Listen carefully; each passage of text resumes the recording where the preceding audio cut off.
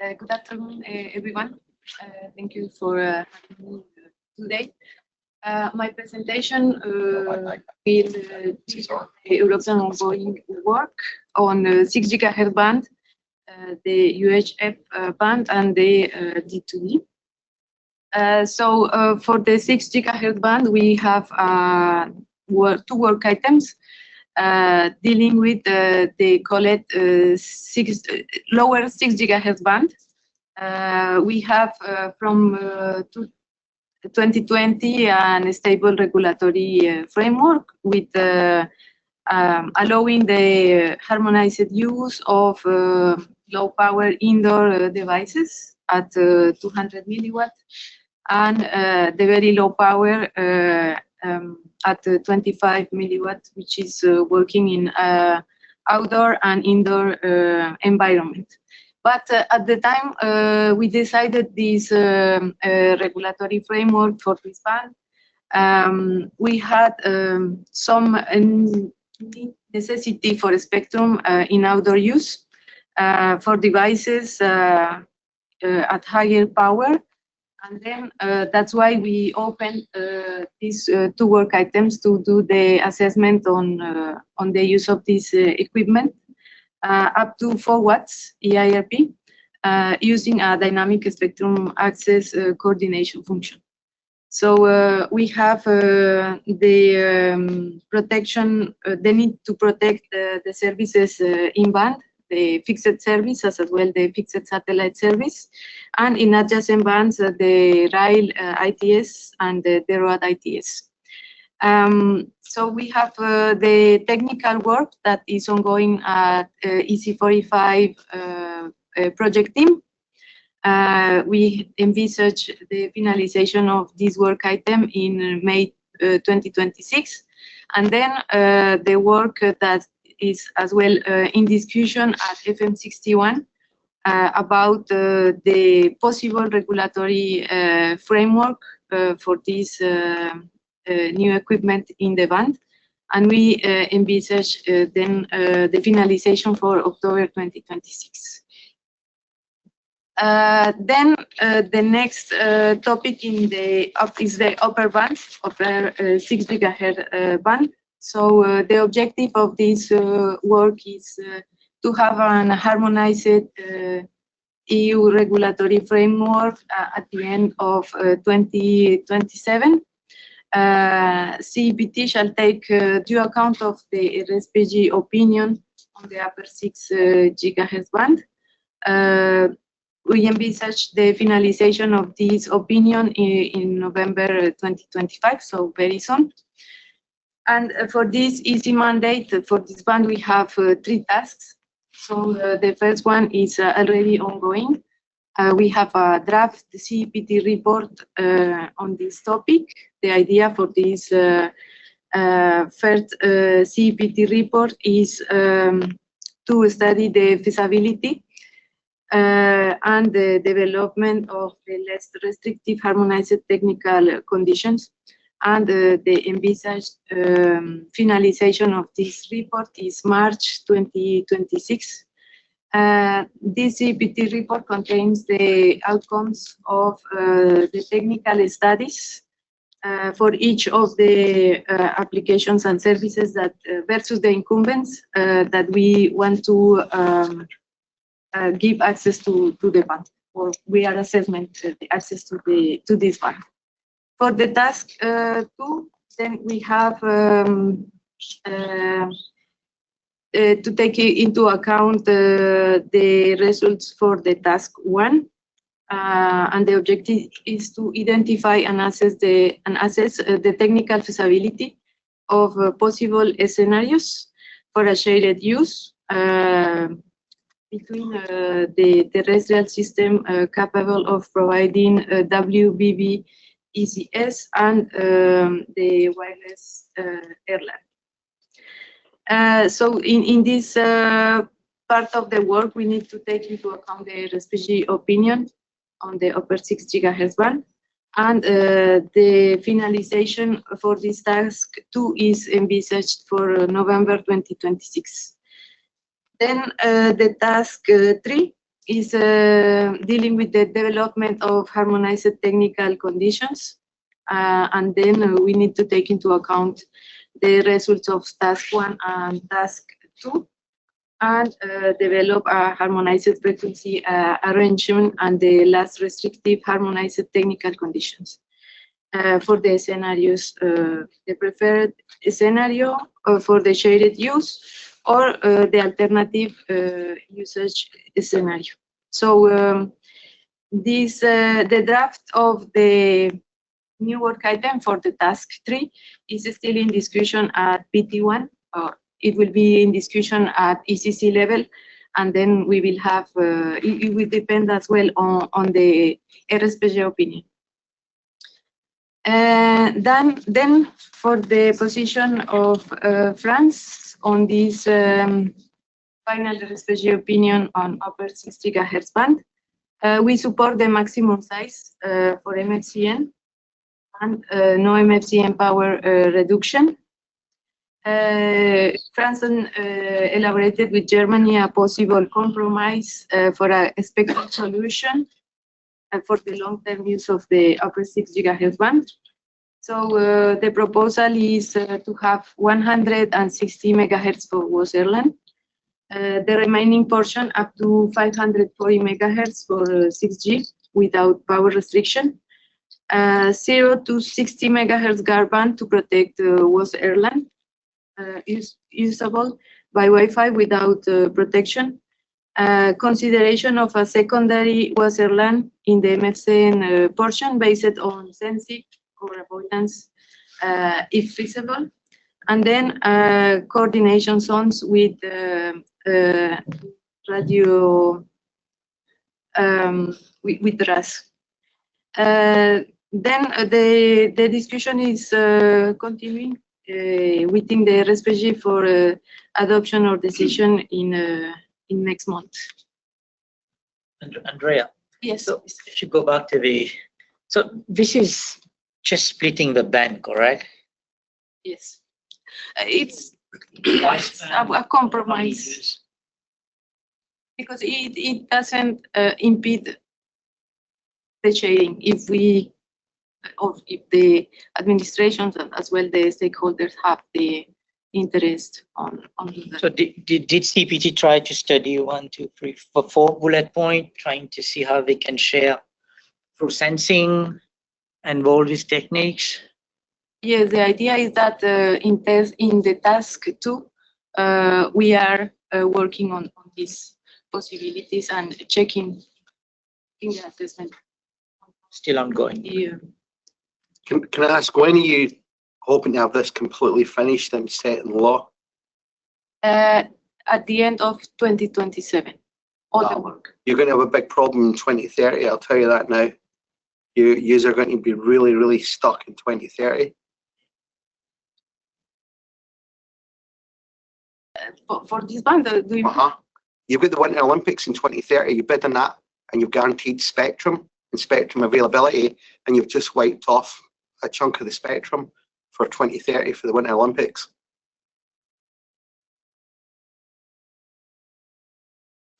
It's a big problem, seriously. You've got a lot of venues that's going to rely on using that upper part of 6 gigs into 7 gigs. So you've just basically killed it. John, are you saying what, for Wi-Fi? For what? Most of the wireless cameras, because they're Wireless going to camera, be used. okay. So the wireless cameras, you know, if venues install all of this and everything, then in 2030 you basically shot yourselves in the foot, because you're going to leave yourself no spectrum to allow the broadcasters to broadcast the event. And France has given a government guarantee, it's a standard with any Olympics, that there will be spectrum available, but this is just going to kill, what, 400 or 500 megs. And, you know, so I can see that being a big issue for you guys. And you probably haven't taken that into consideration. MECO's happening in February in 26. So what I'd strongly suggest is, because I'll be raising this with the authorities, is that you look at MECO, the one that's in Italy, and then see how much spectrum they're using on those bands, and that should be your footprint for 2030. So John, essentially what you're saying is that wireless cameras was ignored, correct? PMSA gets ignored all the time. Yeah, you've ignored again. It's so Because all we're looking at is Wi-Fi and yeah. Martin Place. Yeah, just to put this into perspective, so I think CPT is expecting to make a final decision on this mid-2027. That doesn't mean to say there's going to be rollout of mobile across that band in 2027, because different administrations have then got to go through their national award processes, and in some cases there's going to be needed clearance for fixed links in certain areas, for instance. All of that takes time. So I think it's pretty unlikely there's going to be significant rollout in 2030. A few years later, yes, but The word unlikely wouldn't be acceptable. Seriously, it wouldn't be. It's a guarantee that the French government's given. I can't Yeah. answer to the French particularly, and I'm sure they're taking that into account. But this is a CPT decision and an EU decision setting the framework for future use. Now, what individual countries do is then down to them within the rules and framework that CPT will establish. So you just need to make sure that, the individual countries know that. I can see. I can actually see Oh, Europe. yeah. I can see Europe cutting itself off from any major events because they won't be able to broadcast them unless we come up with new technology and new bands for broadcast. And we don't have enough private 5G spectrum to have the amount of cameras we need on certain events, and they can't cable some of these cameras up. Even though I'd love to cable them up, I love cabling, but I'll push cable all day long, but it's not feasibly possible. And if they want to get the shots, they can't compress it any more than they've got. So again, I think CPT and ITU and everybody's forgot about PMSA. Do you have currently a lot of wireless cameras in the other 6?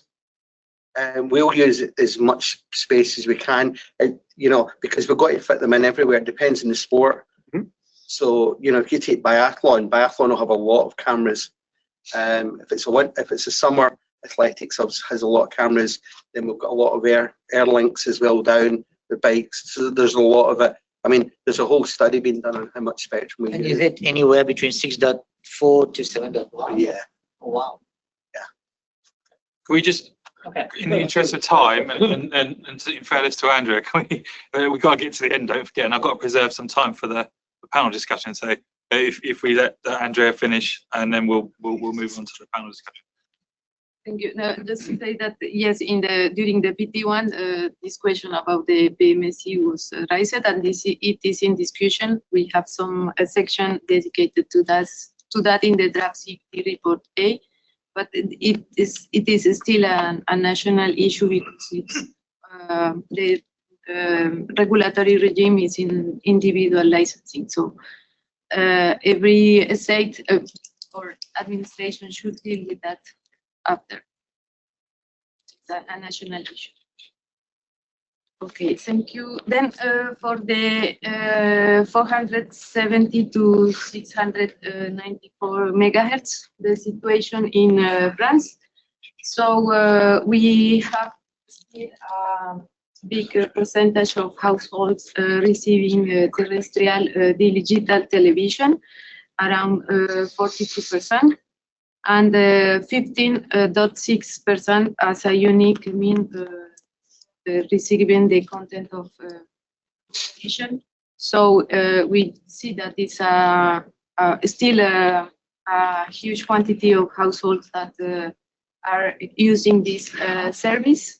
Actually, currently we have a report from the government to the parliament on the perspective for the TV before the end of 2025. So this is an internal report, and but as France we have an interest for other usages as the EMP, the PPDR, and the defense in the digital television spectrum requirement if it is reduced in the future.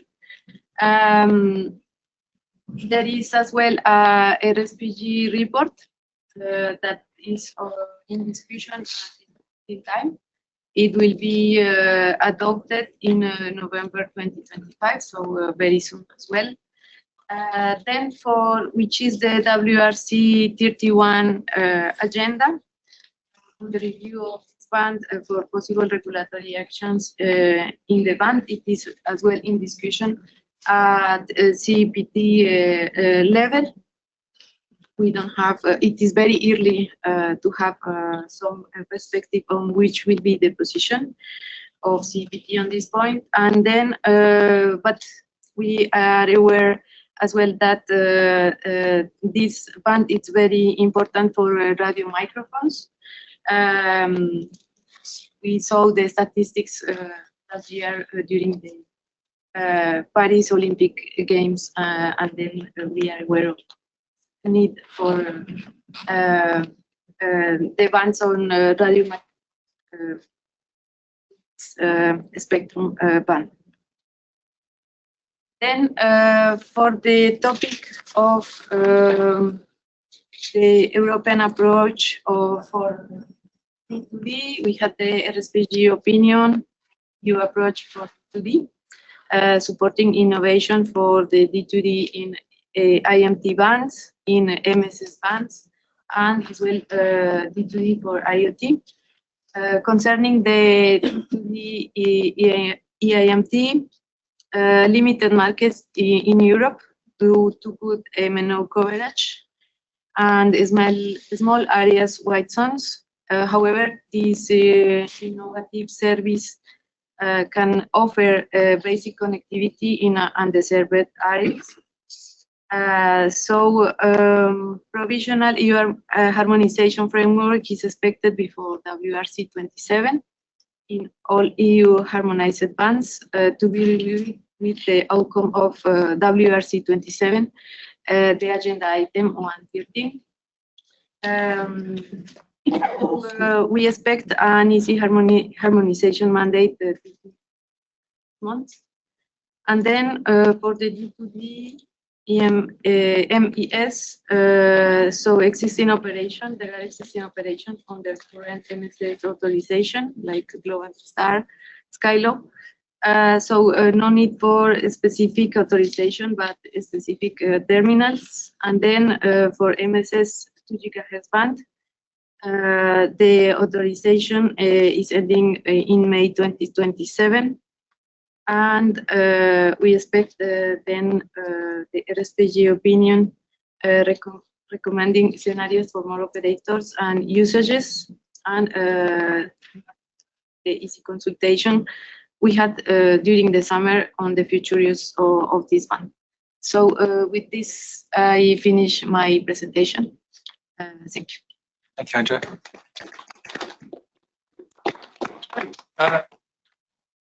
Now we're on to the home straight. For our regulatory panel, we have Martin, Charles, and Andrea. I've introduced you already. If you don't mind taking a seat, leave the one for Laura. So the panel is going to be moderated by Laura Sear. Laura's the news editor of Policy Tracker, an expert publication focused on spectrum management and policy. And Laura's own stories are focused on European spectrum regulation and the ITUR WRC process. So thanks for moderating our panel, Laura. I know you have a range of questions, and we'll try and, I think we've preserved a good half an hour, and we can probably overrun a little bit because we've got a drinks reception to follow here. So over to you, away you go. Good, thank you. Thank you for having me on this panel. I've been writing about spectrum for about 4 years now, and I've quoted some of you, and I've definitely written about most of your day-to-day needs. I'll start off with a couple of general questions, just because well, it's just an easy way to start this discussion. So we heard a bit about the stats and how many licenses there are for private networks. I just wanted to hear your thoughts on how you see demand for private spectrum in your own countries, and whether you think that currently available spectrum for private or industrial use is future-proof for, let's say, the next decade. Maybe I'll start with you, Martin. So we've already made a fair bit of spectrum for private use. We've got 4 bands. We've got the 2.3 megahertz at 1800. We've got spectrum at 2.3. We've got 3.8 to 4.2, and now we've got 26 gigahertz. Across those 4 bands, there's an awful lot of spectrum there. I mean, there's a lot of spectrum available in 2.6, 26 gigahertz. But there's the key one is the 400 megahertz in 3.8 to 4.2. Mm. So yeah, I think we obviously need to keep a close eye on how demand for spectrum in those bands materializes and the key bands. But I don't think we're in a position where we are worried at this stage that we don't have enough available. I think we are in a position where we've made quite a lot available, and we want to see it used extensively. Mm-hmm. Um, Do you have any predictions about the slides? Well, I'm hoping the demand will increase. You know, that's what we want to see. That's why we made the spectrum available. As you saw in the first part of my presentation on the government's statement of strategic priorities, they want to see that as well. But what they want to do is make sure that the licensing process for those bands is as smooth and as sufficient as possible, so that's not a barrier to entry. I think, you know, making sure that is smooth, that the conditions that apply in those bands are optimal for those private uses is key. Mm-hmm. I don't think at the moment we're seeing a the actual quantum of spectrum, but obviously we need to make sure that the conditions allow it to be used efficiently, and the way we manage access to the band is as efficient as possible. What about in France? I know that France is also looking at 3.8, 4.2 bands. You haven't made that available yet, although you want to it. Are you waiting for a CPT decision for that, or?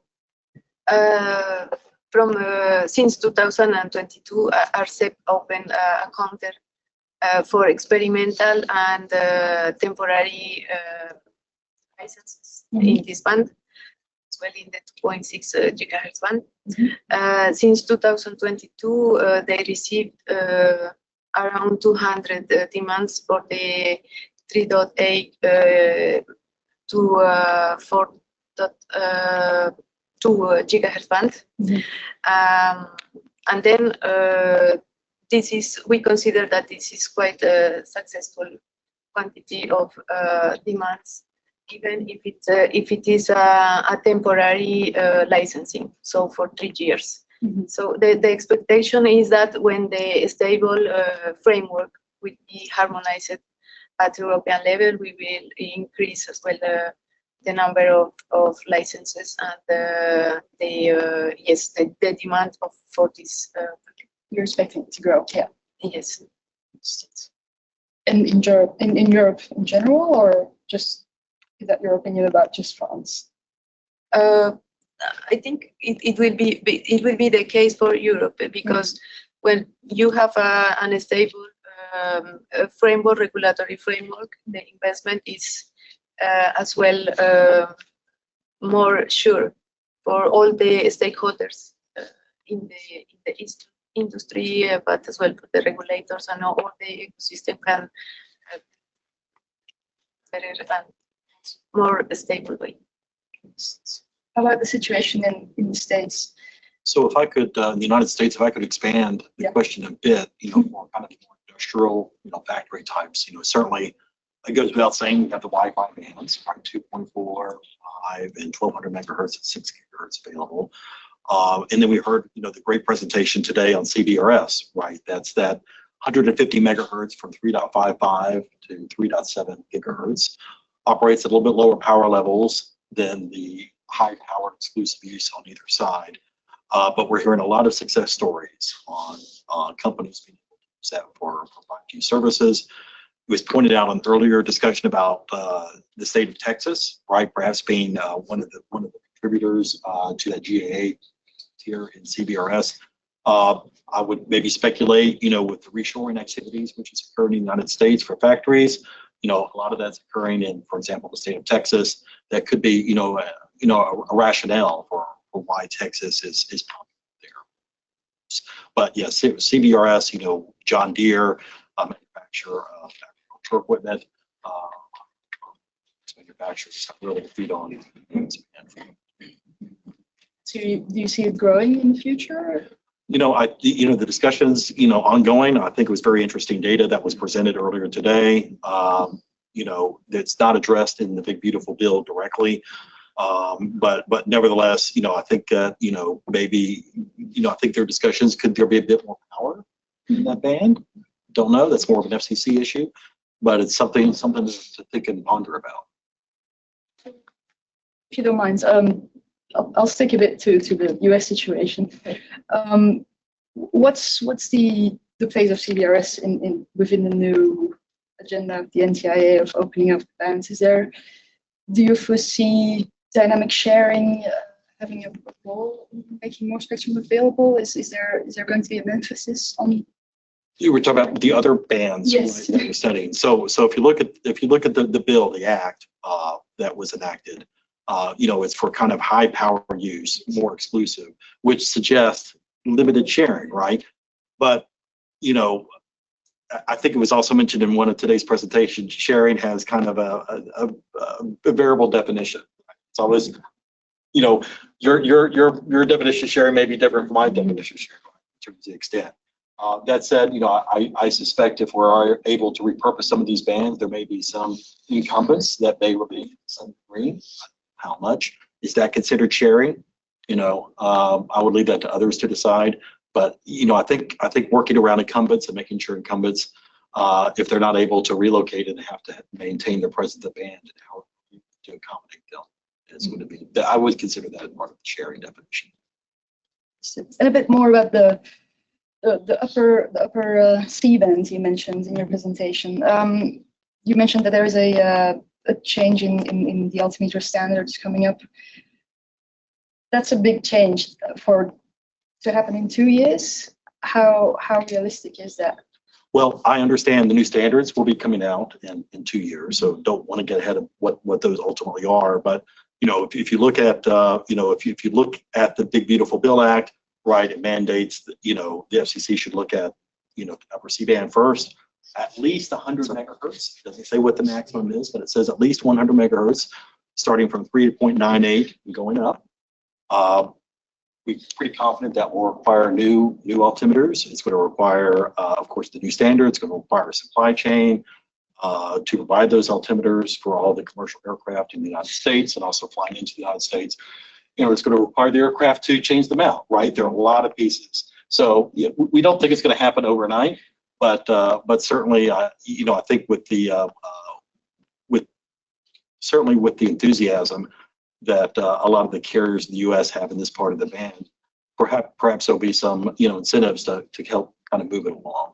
But yeah, I'm not going to provide a date, but I think I keep hearing there's a lot of there's a lot of encouragement for that band.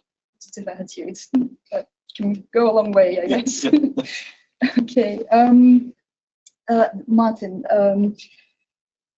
about dynamic sharing and also, actually, I don't think you actually mentioned it, but you did, here in the UK, there were sandboxes, and I think Neutral Wireless did one of them, or it wasn't really part of the sandbox initiative, but anyway.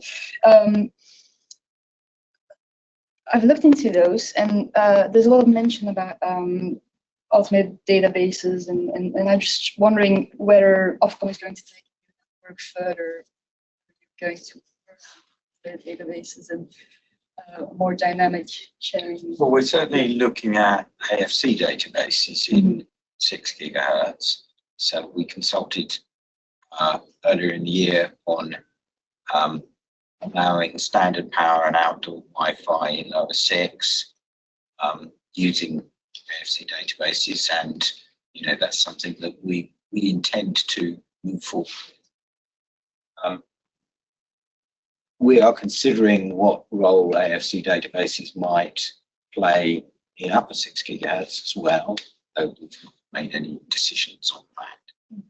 It's part of our thought processes, and where it makes sense in future, I think it's one of the things we will think about is more automated database driven spectrum access mechanisms when we're considering new bands for mobile in the future. If depending on where things go, then I think those inevitably are going to be needed to be shared with incumbents.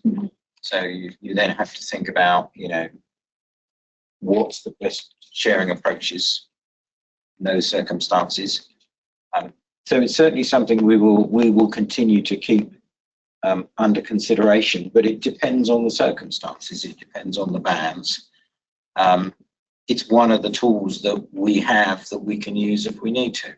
Okay. I think a big part of that is also spectrum monitoring and accurate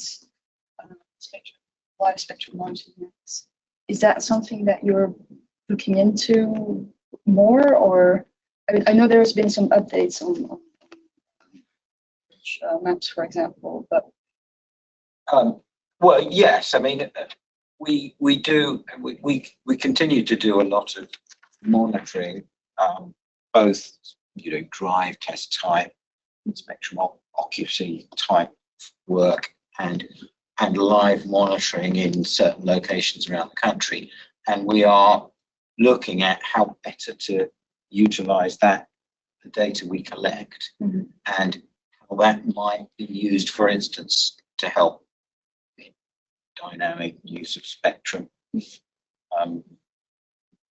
So, it's something that, again, it's something that we are considering. We don't have any definite plans to, if that's the question, any definite plans to introduce dynamic spectrum access mechanisms that are facilitated by monitoring data at this stage. But certainly it's an area where we're continuing to monitor. About your presentation as well, Andrea. You mentioned the work that's been done at CPT, 6 gigahertz, and introducing a higher power for Wi-Fi. Finding a system to allow this at least. And I think Martin also got this question. Is this a system that's going to resemble AFC? What kind of system will that be in the lower 6 gigahertz? The initial discussions some years before, when we opened this work item, were the idea to implement a geolocation database, maybe. But the discussion are ongoing because we depend on the technical assessment that is being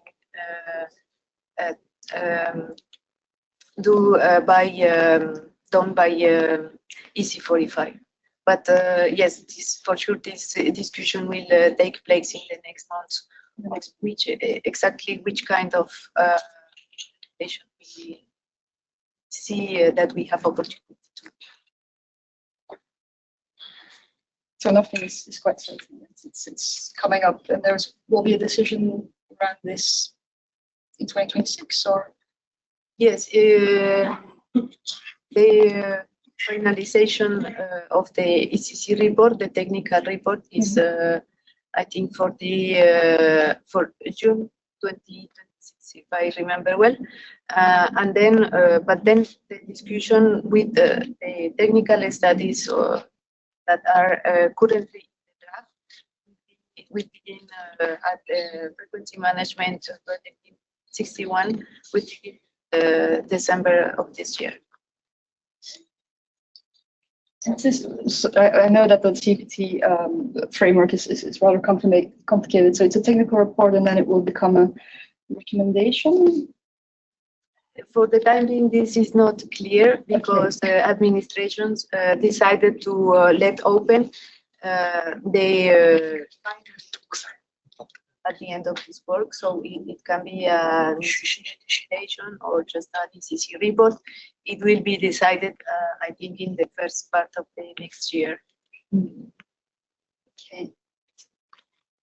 I'm going to stick to the 6 gigahertz for one more question, and yeah, the UK has done quite some decisions already, or quite some reports about the 6 gigahertz bands. Are you waiting for the CPT? That's what I got from your presentation. Do you think this process is going a bit too slow? We had some criticism in the room as well already just now. So I mean, we want to push ahead as quickly as we can. Mhm. So for lower 6, we consulted on AFC for standard power. I think decision ahead of the outcome of the CPT work. Mhm. There's already an ecosystem of equipment that's available. Our plans are to adopt as much of the framework, the AFC framework that exists in America. We've done a lot of our own studies on coexistence and what's required. So we think we'll be in a position to push ahead, consult on the actual framework, how it will be implemented, and potentially make decisions on that in the middle of next year with the aim of actually qualifying databases to start providing service by the end of 2026. Mhm. That's our goal for that. So I think in that sense, we would be ahead of CPT. For upper 6 gigahertz, we don't want to diverge. We also don't want to be held back either. So I think on the Wi-Fi side, one of the key decision points is what's the RSPG opinion going to say? Is it going for a band split? Where is the band split? If it comes out where we anticipate, which is Wi-Fi priority portion in the lower part of the band, 160 gigahertz, potentially 300, then I think we could go ahead early with deploying Wi-Fi in the Wi-Fi priority portion, while we wait for the CPT studies on the rest of the band, particularly how the secondary use by Wi-Fi in the mobile priority portion works. We can make decisions on that a bit later when the CPT work has matured. So,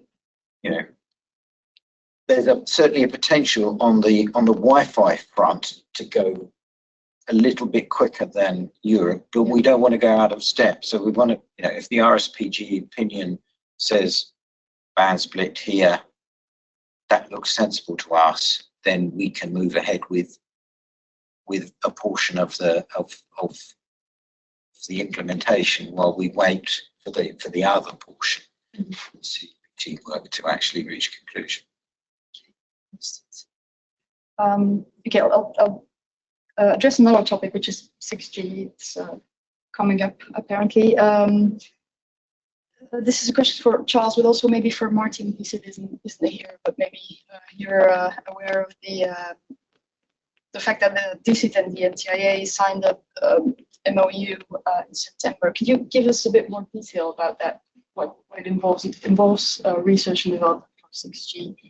What is that going to look like? Yes, that was an MOU, memorandum of understanding signed between UK and US, particularly, our agency, NTIA, And it's spot on with the 6G, but I think it kind of gets more into the supply chain, how our, two countries, which has a special relationship, how we can use our shared resources, our laboratories as well to really not so much look at the 6G use cases, but again, the supply chain issue in developing that system. So really looking forward to that. It's going to be kind of an ongoing process to implement that, I think, over the coming years, but it's a great first step. Is this like looking up universities, or is it? Potentially, it's written to have a lot of flexibility. Okay. Right. Sticking to 6G, I mean, there's been quite some criticism about whether or not to open new spectrum bands for 6G, whether that's necessary. It's going to be hard, regardless, to even make more spectrum available for a new generation. I just wanted to hear all of your thoughts on this, whether 6G will be maybe the last generation with new spectrum bands and kind of bands that will be urban in the States.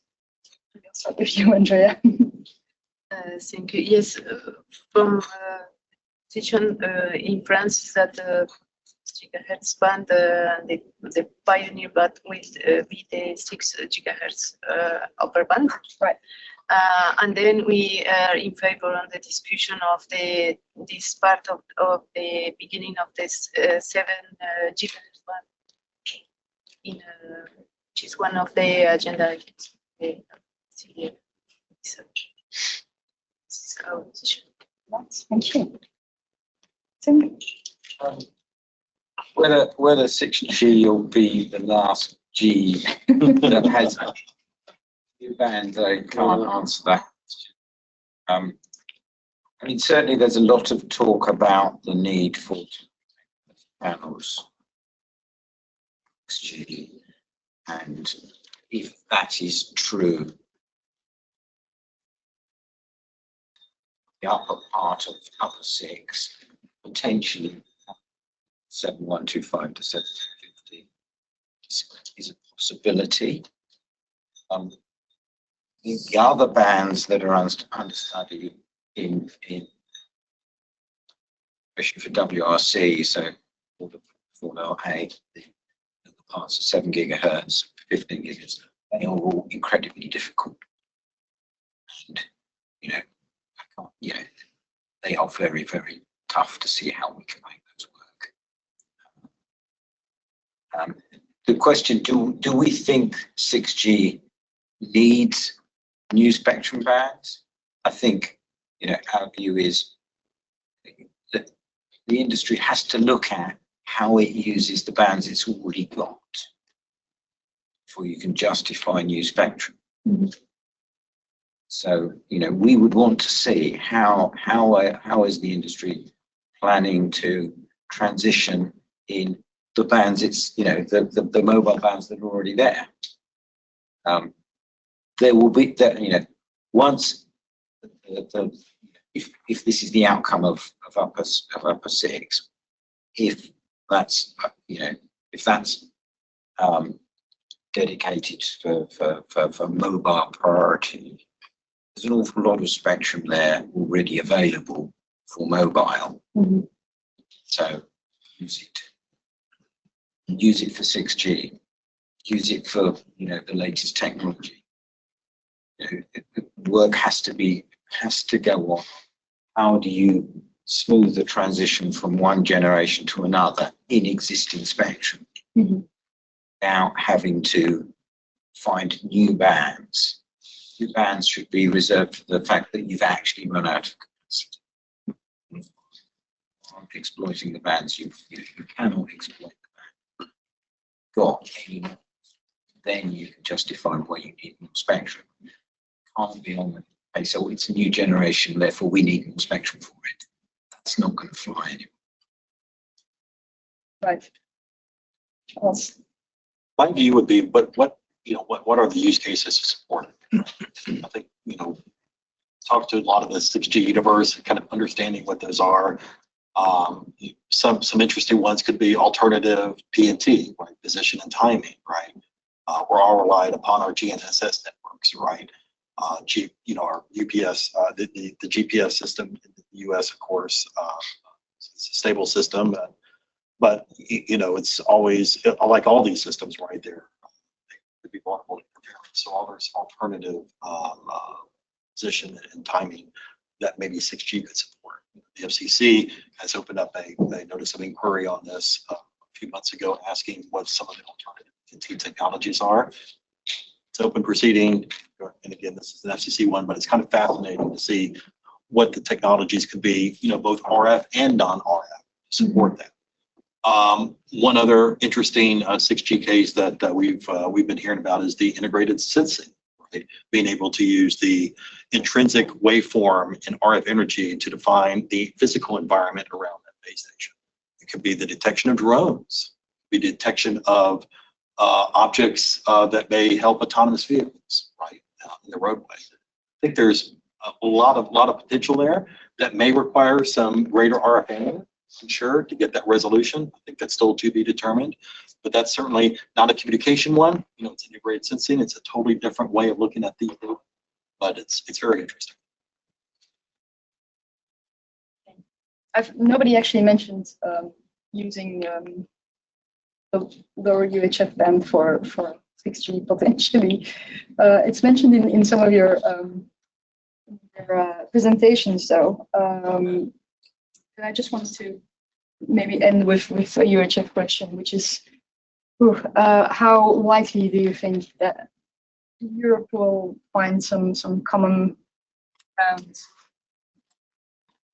600 megahertz mobile bands? Maybe I'll start with you, Andrea. Thank you for this question. I think at this stage it's very difficult to envisage something more or less certain on this one. In Europe, we have a very, it will depend on the necessities in the geographical territory uses, the households that are served by this service, and then it is at this stage a little bit complicated to envisage something for sure, but what we know, and which is factual at this point in time, is that we have the time to discuss this topic and have an agreement for the agenda point, the WRC 31. And then as well, we have the certainty that the PMC and we have the spectrum available until 2030. So the EU regulatory framework. Yeah, you say that there's time, but I've heard a presentation from Sweden, for example, Jonas Wessel, who mentioned the fact that their pay TV vacated the multiplexes that they were using, and that they want to move forward and have some sort of common position in Europe to know what to do with vacant spectrum. So do we really have time, as much time as maybe some countries think? It is complicated because it is true that there are different views on the use of this band from the different countries in Europe, but at least from the point of view of France, we have interest to see which could be the necessity for other incumbents if the band is finally visit. But as well, we have, I presented the statistics, 42% of households that are using digital television, and 15.6% of households that have this mean as the only one to receive television content. So we will see. At this point in time, we cannot really envisage the common view for Europe. Martin, do you have anything to add? I think it's right. I mean, different countries in Europe are in different positions utilization of DTT is very different in different countries, and therefore the pressures to move to clear the band or to do something are different. So it's hard at this stage to see when Europe may come out in those discussions. From the UK point of view, we're certainly looking at what's possible. We are looking at the different scenarios that might be possible, and so we're moving ahead with that. But that doesn't mean to say we've made any decisions yet. And government's going to have to play a very key role in whatever decisions are made in terms of, you know, what do we do? Do we release some spectrum? Do we push DGT to use a smaller amount of spectrum, either by using more efficient technology or reducing the number of multiplex services that are deployed? Do we clear the whole lot?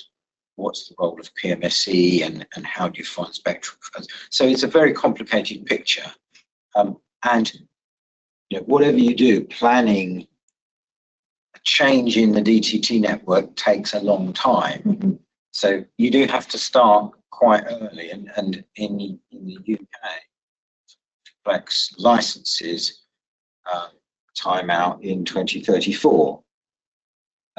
So by that stage, we will need definitely to know, you know, what the future looks like. We're going to need to know it well before that. So hence we are starting, you know, we've really started thinking about what, but I don't know where it's going to end up.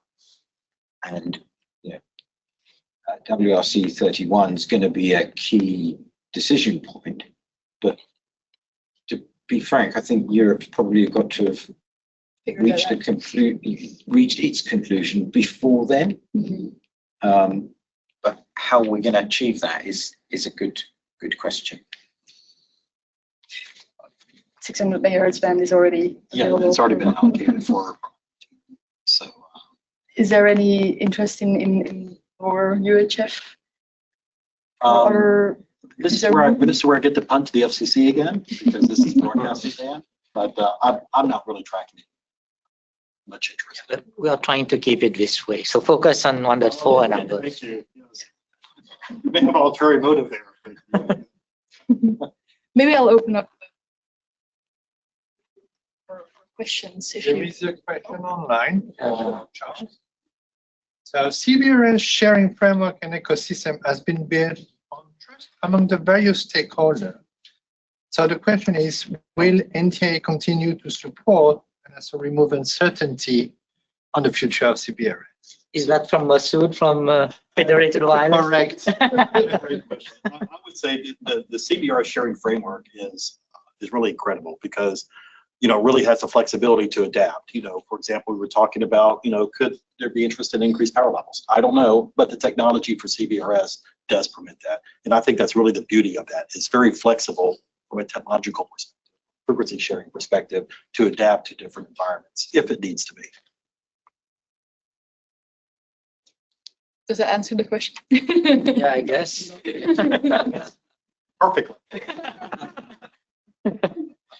I have a question on 3.8 to 4.2 gigahertz. So Ofcom released their framework about 5-6 years ago.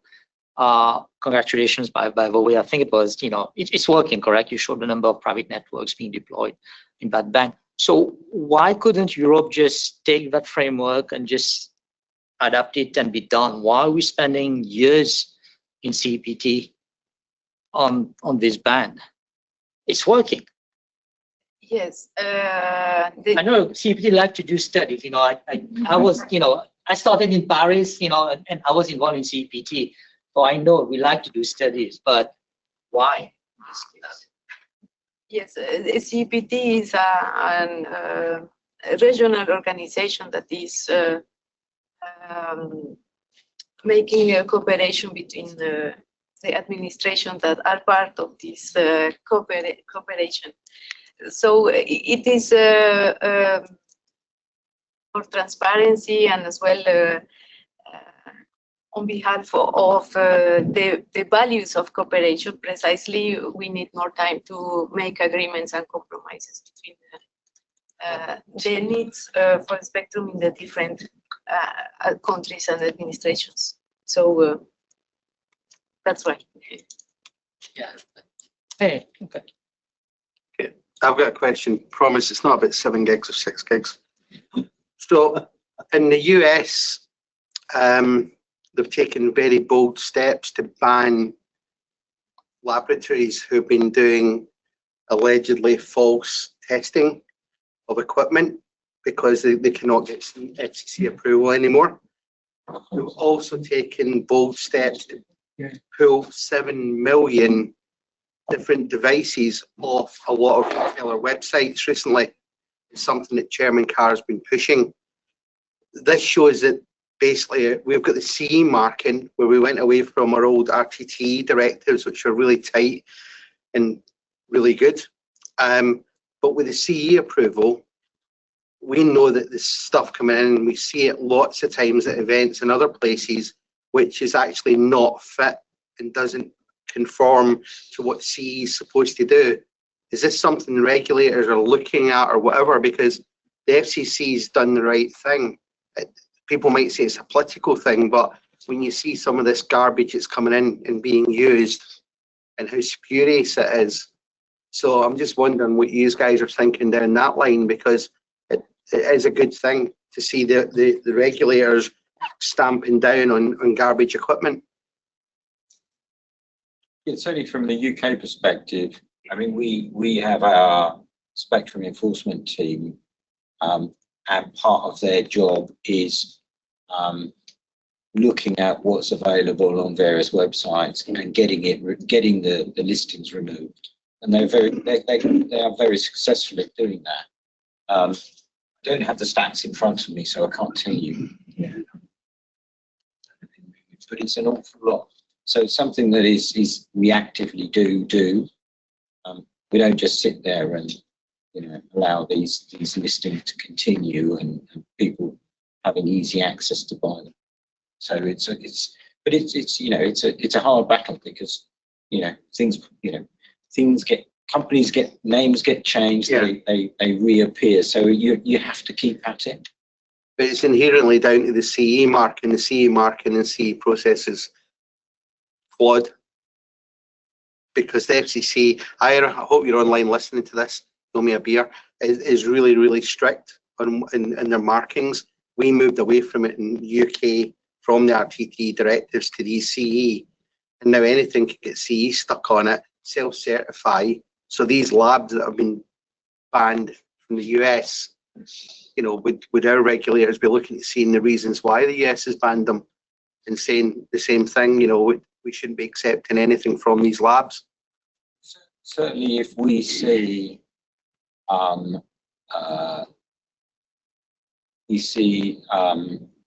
test labs that are being continually used who are providing dodgy results. Yep. Then we would take a close look at whether we would take what action we would take against. To be perfectly frank, off the top of my head, I don't know if we've taken action against particular certification labs. We may have done, but I don't know the answer to that, to be honest. But certainly, if we saw a lab that was built up a reputation for doing it, essentially fraudulently certifying equipment, then take whatever action we needed. Okay. Any more questions? Online? Question. Incredible. No question. Okay, well, we've reached the end of the day, 7 minutes over. So thank you very much.